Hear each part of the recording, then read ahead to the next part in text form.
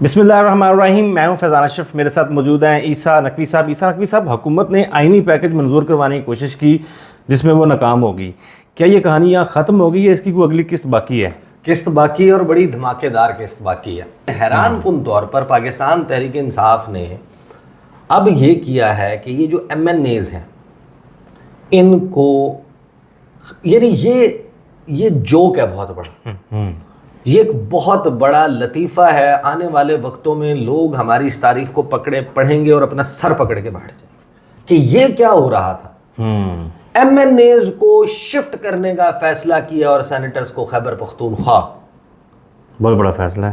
اور یہ کہ پاکستان تحریک انصاف اپنے وہ لوگ جو خطرے میں ہیں، جو سپریم کورٹ کے اس آرڈر کی زد میں نہیں ہے یا ادروائز ولنریبل ہیں، جن کے اوپر یہ ہے کہ ان کو تبدیل کروایا جا سکتا ہے، ان کی رائے کوئی منشا تبدیل کرائی جا سکتی ہے، پی ٹی آئی نے ان لوگوں کو خیبر پختونخوا شفٹ کرنا شروع کر دیا. یعنی کہ اس ملک کے الیکٹڈ ریپرزینٹیٹیوز جو ممبر ہیں قومی اسمبلی کے، جن کا ایک استحقاق ہے، جن کی ایک پریسٹیج ہے، ایک پریویلیج ہے، وہ آپ سوچیں اپنے حلقوں میں نہیں جا سکیں گے اس تمام وقت تک. اور ڈی ڈے جو ہے وہ کہا جا رہا ہے کہ 26 اکتوبر سے پہلے ایک زبردست قسم کی اٹیمپٹ اور دھماکہ ہوگا.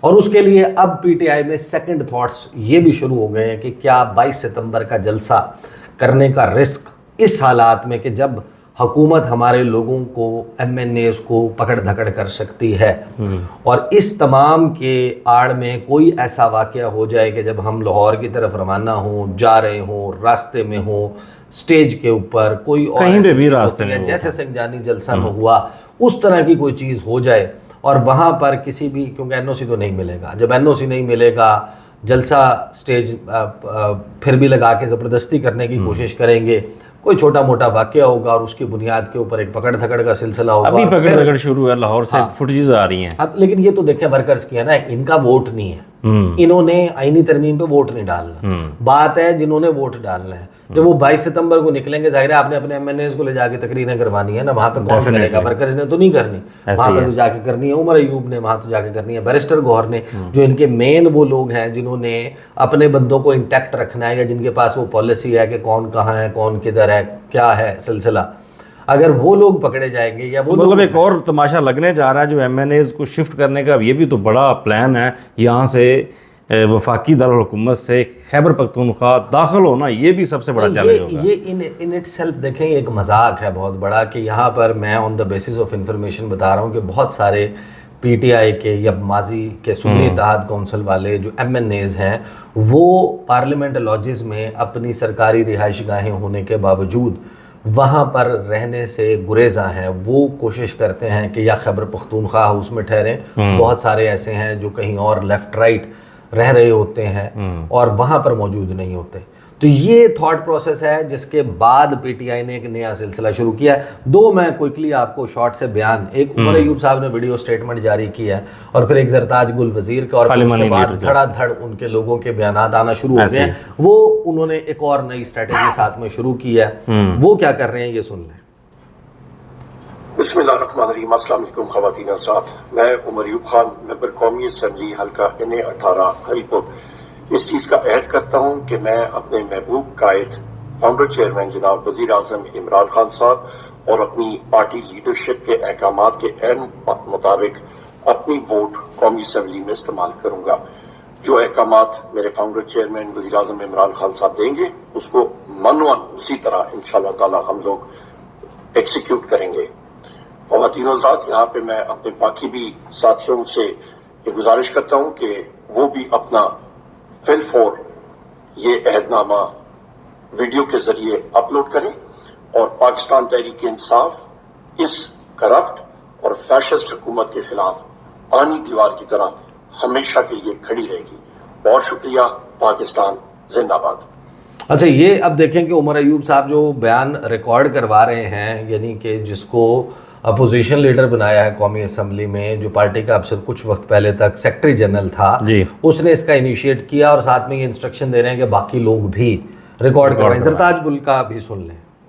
السلام علیکم. بسم اللہ الرحمن الرحیم. ایاک نعبد و ایاک نستعین. میں زرتاج گل وزیر N185 ڈیرہ غازی خان کے غیور عوام کی طاقت سے اور میرے لیڈر عمران خان کے نظریے کی وجہ سے اور ان کے ووٹ کی وجہ سے میں پارلیمان میں دوبارہ منتخب ہو کر آئی ہوں.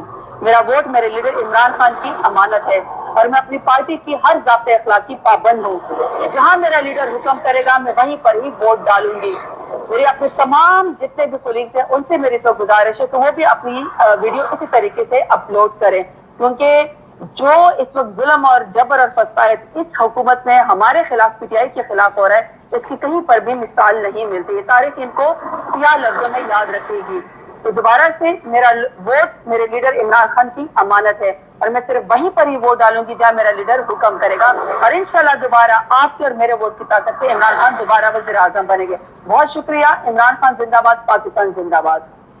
اچھا, اب میری اطلاع یہ ہے کہ یہ جو حلف نامہ ہے یہ حلف نامہ لکھ کر اپنے تمام ایم این ایز اور سینیٹرز کو بھجوایا گیا پارٹی کی طرف سے, اور انہیں کہا گیا ہے کہ آپ یہ اسٹیٹمنٹ پڑھیں اور یہ اسٹیٹمنٹ آپ سوشل میڈیا کے ذریعے جاری کریں. ٹھیک ہے. اور اس میں بنیادی طور پہ پھر میں نے کسی سے پوچھا کہ یہ آپ کیا کر رہے ہیں, یہ ویڈیوز جو ہے یہ تو 63A واضح ہے, اگر پارٹی پالیسی کے خلاف کوئی اپنا ووٹ دیتا ہے تو اس کا ووٹ کاؤنٹ بھی نہیں ہوگا اور اس کے اوپر ڈیفیکشن کلاز لگ کے وہ نااہل بھی ہو جائے گا, اس کی ممبرشپ بھی ختم ہو جائے گی. اس میں سپریم کورٹ تشریح کر چکی. تو پھر اب زرتاج گل وزیر ہیں اور باقی وہ پارلیمانی لیڈرز آپ کے اس کے اوپر رکا بھی نکال چکے, ان کو انسٹرکشنز بھی دے چکے, ان تک پہنچ بھی گئیں. اسپیکر آفس میں بھی آپ نے 3 قسم کے لیٹرز جمع کروا کے وہ بھی ریسیو کروا لیے. پھر ان بیانات کی کیا وجہ ہے؟ اس کی وجہ پھر انہوں نے مجھے بتائی کہ کیا بیسیکلی اس کے پیچھے تھاٹ پروسیس کیا. تھاٹ پروسیس اس کے پیچھے 2-3 ہیں. ایک تو یہ کہ ظاہر ہے کہ وہ جو ترمیم وہ جو آئی تھی, ٹیبل ہوئی تھی, جو رکا تھا, جو پہلے والا لیٹر تھا وہ اس کے متعلق تھا. اب اگر ایک نئی چیز ڈرافٹ ہو کے آ جاتی ہے تو کوئی یہ بھی کہہ سکتا ہے کہ ہمیں تو نئی وہ ملی نہیں انسٹرکشن. اس کے لیے ایک اجلاس ہولڈ کرنا پڑے گا. اجلاس کے لیے ان سب کو ایک جگہ پر بلانا پڑے گا. جب ایک جگہ کے اوپر بلائیں گے تو وہاں آتے ہوئے یا وہاں سے جاتے ہوئے ان کا لیفٹ رائٹ ہونا بھی ممکن ہے. پھر دوسرا انہوں نے یہ کہا کہ اس کی وجہ یہ بھی ہے کہ کچھ ایسے لوگ ہیں جن کے اوپر پریشر بہت زیادہ ہے یا جو ولنریبل ہیں. اب جب وہ یہ کریں گے کہ جن کا چینج آف ہارٹ ہو سکتا ہے یا چینج آف مائنڈ ہو سکتا ہے یا چینج آف ضمیر ہو سکتا ہے, ضمیر جا سکتا ہے, تو وہ ان کے حلقوں میں اب یہ پریشر ڈیولپ ہوگا کہ جب ہم ایک کے بعد ایک ایم این ایز اور سینیٹرز جو ووٹرز ہیں بیسیکلی اس آئینی ترمیم کے ممکنہ, تو وہ جب اس قسم کے اسٹیٹمنٹ دینا شروع ہوں گے تو پھر ان کے حلقے کے ان کے رشتہ دار اور وہ کہیں گے کہ یار وہ ہمارے ایم این اے کا کدھر ہے. یہ ایک دفعہ پہلے بھی ہوا تھا, یہ الیکشن سے پہلے جب یہ آزاد قرار دیے گئے تھے تب بھی حلف نامے لیے گئے تھے ان سے, تب بھی دیے تھے, تب بھی انہوں نے دیے تھے. تو اب یہ بیسیکلی جو ہے وہ کیمپین پوری شروع کی گئی ہے کہ یہ سب کچھ اکٹھا کیا جائے, ان کے بیانات, تاکہ ایک اچھا اس سے پھر دیکھیں کہ کتنی پولیٹیکل ایکٹیویٹی جنریٹ ہوگی. جس ایم این اے کا حلقہ ہوگا وہاں سے اس کا ویڈیو بیان آئے گا, وہ ویڈیو بیان سوشل میڈیا گروپس میں سرکولیٹ ہوگا, فیس بک پہ, ٹویٹر پہ, انسٹاگرام پہ, ٹک ٹاک پہ, ہر جگہ وہ چل رہا ہوگا. پھر اس پہ میوزک بھی لگ جائیں گے اور پھر جہاں پر سے نہیں آ رہا ہوگا پھر وہاں کے حلقے کے لوگ وہاں پر جو ووٹرز ہیں وہ اس ترمیم کے وقت آنے سے پہلے ایک بڑا پریشر بلڈ کر دیں گے. تو سائملٹینیسلی لیکن یہ ہے کہ ساتھ میں ظاہر ہے کہ حکومت کا ایفرٹ چل رہا ہے. دے گاٹ اے بلڈی نوز, ناک سے خون نکسیر نہیں پھوٹی, جسے کہتے ہیں ناک میں مکہ لگا اور اسے خون جاری ہے, فوارہ پھوٹ پڑا ہے. تو وہ صورتحال بنی بھی اور حکومت نے اٹیمپٹ کرنی ہے اور بڑی بھرپور کرنی ہے. اور اطلاع یہی ہے جو حکومتی سرکلز کہہ رہے ہیں کہ یہ 26 اکتوبر سے پہلے ہونا ہے, ورنہ ان کو یہ لگتا ہے کہ ان کی بقا کو بہت بڑا خطرہ ہے.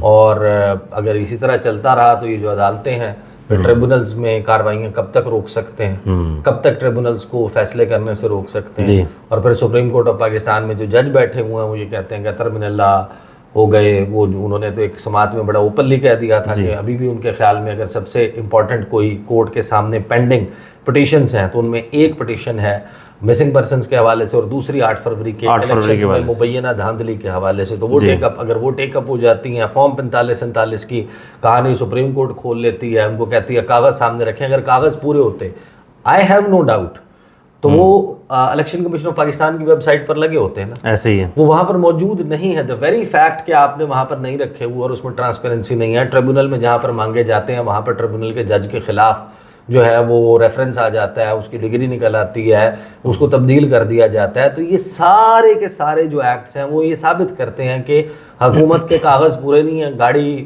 جب آپ نان کسٹم پیڈ گاڑی جو ہے وہ لے کر سڑک پہ 180 کی رفتار سے, یعنی کہ جو سپیڈ لمٹ ہے اس سے 60 کلومیٹر فی گھنٹہ رفتار زیادہ سے گزریں گے تو چلان ہونے کا احتمال ہے, کیونکہ ناکہ لگا ہوا ہے سپریم کورٹ آف پاکستان, کیمرے بھی لگے ہوتے ہیں. تو سپریم کورٹ کے ناکے سے 180 کلومیٹر کی رفتار سے گاڑی گزارنا بہت مشکل اور ناممکن ہو جائے گا اگر کوئی بھی حادثہ پیش اگر chief justice of Pakistan, not supreme court, Pakistan ہوں جسٹس منصور علی شاہ.